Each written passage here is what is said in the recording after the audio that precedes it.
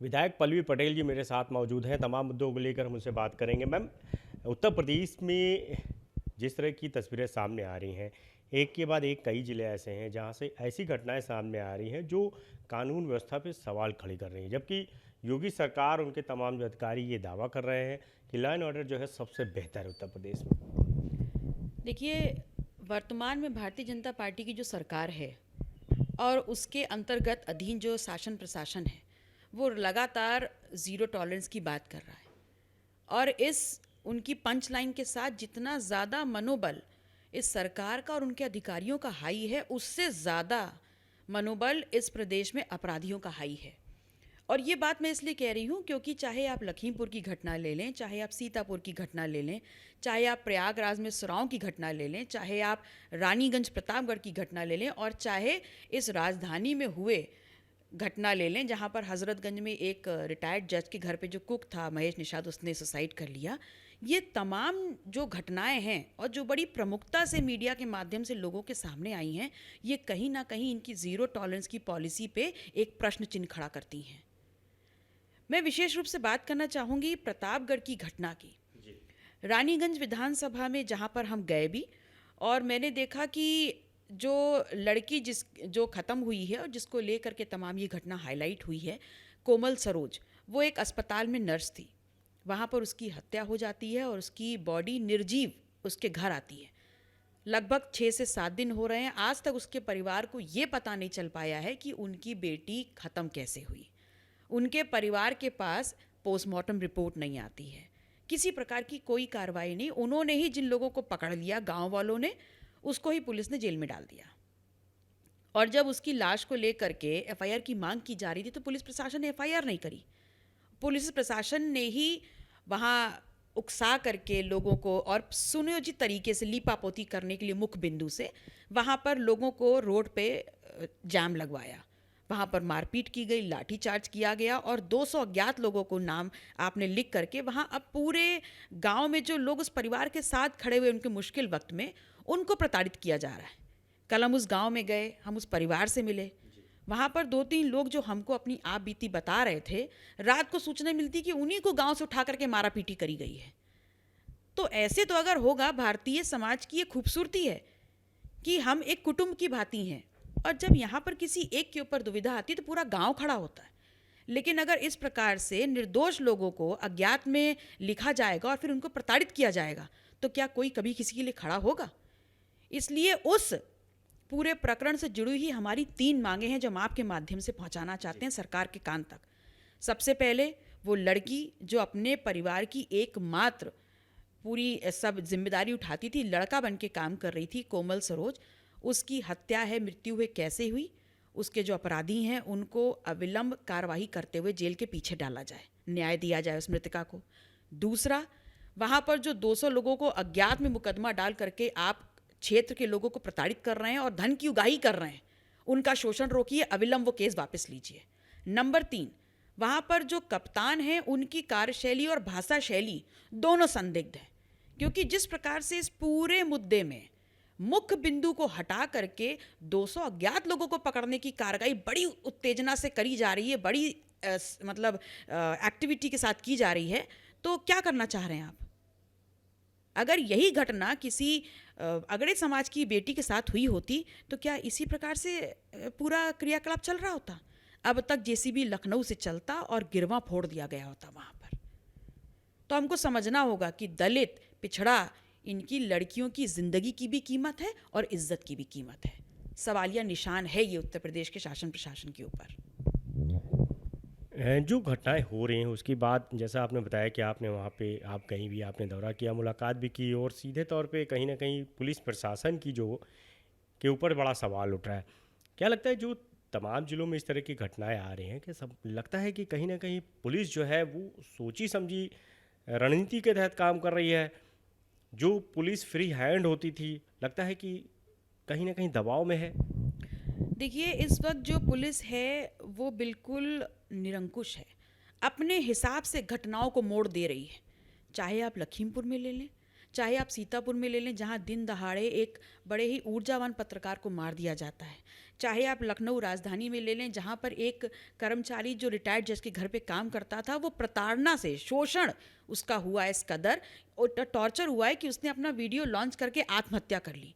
और चाहे आप रानीगंज की सिचुएशन देख लें, जहां मुद्दा था, जहां मांग थी कि मृतका को न्याय मिले, वहां पर उस मृतका के न्याय के लिए जो खड़ा हुआ, उन लोगों का शोषण करने में आप जुट गए। तो पुलिस प्रशासन की ये कार्रवाई किस प्रकार से? आपका कार्य है, आपकी जिम्मेदारी है, आप इस सिस्टम का अभिन्न अंग है ताकि शांति व्यवस्था बनी रहे और लोगों को न्याय मिलता रहे। लेकिन आपकी कार्यशैली तो दूसरी तरफ जा रही है। आम जन को न्याय नहीं, आप उसको शोषण का शिकार बना रहे हैं।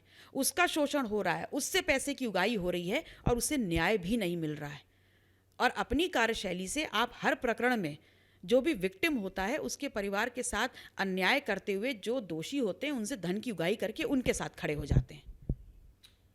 लोकसभा में वक्फ संशोधन बिल जो है पेश किया गया, वो पास भी हो गया। देर रात बहस की गई, आखिरकार सरकार जो उसको पास कराने में कामयाब हो गई।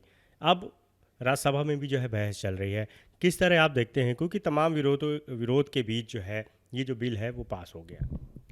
देखिए, भारतीय जनता पार्टी और उसके लोगों का जो व्यवहार, रवैया, सोच मुसलमानों के प्रति है, वो नया नहीं है। और भारतीय जनता पार्टी इस देश में एक पूंजीवादी व्यवस्था को स्थापित करना चाहती है और खड़ी करने की पुरजोर कोशिश भी कर रही। उनके इस रास्ते में अगर सबसे बड़े कोई समाज हैं जो लड़ाई लड़ रहे हैं खुल करके, वो पहला समाज है मुसलमान समाज, दूसरा समाज है आदिवासी, और तीसरा है पिछड़ा वर्ग के लोग। पिछड़ा वर्ग के लोग से मेरा कहने का मतलब है वो खेतिहर जातियां, जिनको हम किसान कहते हैं। तो मुसलमान को इन्होंने आतंकवादी घोषित कर दिया, जो आदिवासी है उसको नक्सलवादी घोषित कर दिया, और जो पिछड़े समाज के खेतिहर जातियां किसान है उसको आपने अपराधी घोषित कर दिया। तो विशेष रूप से मैं आपके माध्यम से मुसलमान समाज से ज़रूर अपील करूंगी कि अब वक्त आ गया है कि आपको अपना नेता, अपना नेतृत्व और अपने मुद्दे पुनर्विचार करना होगा। क्योंकि अगर आपको भारतीय जनता पार्टी से लड़ना है और उसको हरा करके स्वयं को जिताना है, तो ये पुनर्विचार तो समय की मांग है। मैम, ये पुनर्विचार क्या है? देखिए, पुनर्विचार ये है कि आप अपनी स्थितियां, परिस्थितियां इस देश की राजनीति में कैसी होती चली आ रही हैं, आपका दमन हो रहा है कि उत्थान हो रहा है, ये जब तक आप एनालिसिस नहीं करेंगे, रीवैल्यूएशन नहीं करेंगे, आप समाज को लेके आगे कैसे बढ़ेंगे? भारतीय जनता पार्टी आज वक्फ बिल के नाम पर बोल रही है कि मुसलमानों के साथ अन्याय नहीं होगा। कैसी हास्यास्पद बात है। ये वो लोग हैं जो नमाज सड़क पे पढ़ी जाएगी, अगर ऐसा कोई करता है तो पासपोर्ट जब्त कर लेंगे, ये वो कहने वाले लोग हैं। अगर किसी मुसलमान का गलती से एक मुकदमे में नाम आता है तो जेसीबी चलवा करके उसका घर गिरवा देते हैं, ये वो लोग हैं। ये लोग बोल रहे हैं कि हम मुसलमान के साथ अन्याय नहीं होने देंगे। ये मजाक बात नहीं है क्या? लेकिन सरकार कह रही है कि कांग्रेस शासित राज्य में जो है ये वक्फ बोर्ड जो है पास किया गया था और इसमें तमाम खामियां दिखाई दी। मुसलमानों का सबसे ज़्यादा इसमें शोषण किया गया। एक जो तबका है मुसलमानों का, वो सबसे ज़्यादा जो है शोषित रहा। ऐसे में हमारा उद्देश्य ये है कि हम किसी को प्रताड़ित नहीं करना चाहते। हम इसमें बदलाव करने के लिए इस बिल को लेकर के आए हैं, और जिससे देश का जो मुसलमान है वो उसकी ही तरक्की के जो रास्ते हैं वो खुलेंगे। जो तमाम मुस्लिम महिलाएं हैं उनको जो है रास्ता मिलेगा, न्याय मिलेगा। क्योंकि पहले जो वक्फ बोर्ड होता था उसमें एक ही जो लोग बैठ जाते थे उनका पूरा आधिपत्य रहता था, उन्हीं का अधिकार रहता था, और जो न्याय अन्याय जो भी करना होता था उन्हीं के हाथ में था। लेकिन अब कोर्ट का भी इंटरफेयर रहेगा, डीएम को इसमें डाला जाएगा, जो गैर मुस्लिम महिलाएं हैं उनको भी रखा जाएगा, जो मुस्लिम महिलाएं हैं वो भी इसमें लाई जाएंगी, ताकि जो न्याय है वो लोगों को मिल सके। देखिए कितना सोच रहे हैं मुसलमानों के बारे में। तो एक सवाल पूछती हूँ कि मंदिर और मठों की ज़मीन के लिए जब गोलियां चल रही हैं, तो क्या उसके प्रति न्याय करने के लिए इनके कान में खुजली नहीं हो रही? वक्फ बोर्ड के बारे में बात कर रहे हैं, और बात भी वो लोग कर रहे हैं जो मैंने आपसे पहले भी कहा कि नमाज को लेकर के आप पासपोर्ट जब्त कर रहे हैं, एक केस में नाम आने के बाद आप घर गिरवा दे रहे हैं, और वक्फ बोर्ड के माध्यम से आप किसकी भलाई करने की बात कर रहे हैं? आप उनके प्रति गंभीर नहीं हैं, और आपकी सोच रवैया क्या है ये आपसे और हमसे बेहतर मुसलमान समाज जानता है। इसीलिए मैंने कहा कि पुनर्विचार करने की आवश्यकता है कि आप भारतीय जनता पार्टी से कैसे लड़ेंगे और कैसे जीतेंगे। बहुत शुक्रिया। तो बिल्कुल विधायक पल्लवी पटेल जी मेरे साथ थी, तमाम मुद्दों को लेके उन्होंने बात की। खासकर उत्तर प्रदेश की अगर कानून व्यवस्था की बात करें तो जिस तरह से हाल में कई जिलों में बड़ी घटनाएं सामने आई हैं, उसको लेकर के वो तमाम जिलों में भी जा रही हैं जहां पे घटनाएं हो रही हैं, वहां पे उस पीड़ित परिवार से भी मिल रही हैं और सीधे तौर पे कहना है कि भले ही सरकार दावे कर रही हो, लेकिन कहीं ना कहीं जो अपराध है वो लगातार बढ़ा है और पुलिस उत्पीड़न का जो शिकार है वो लगातार लोग हो रहे हैं। कैमरा पर्सन अरविंद साथ अनूप कुमार, भारत समाचार, लखनऊ।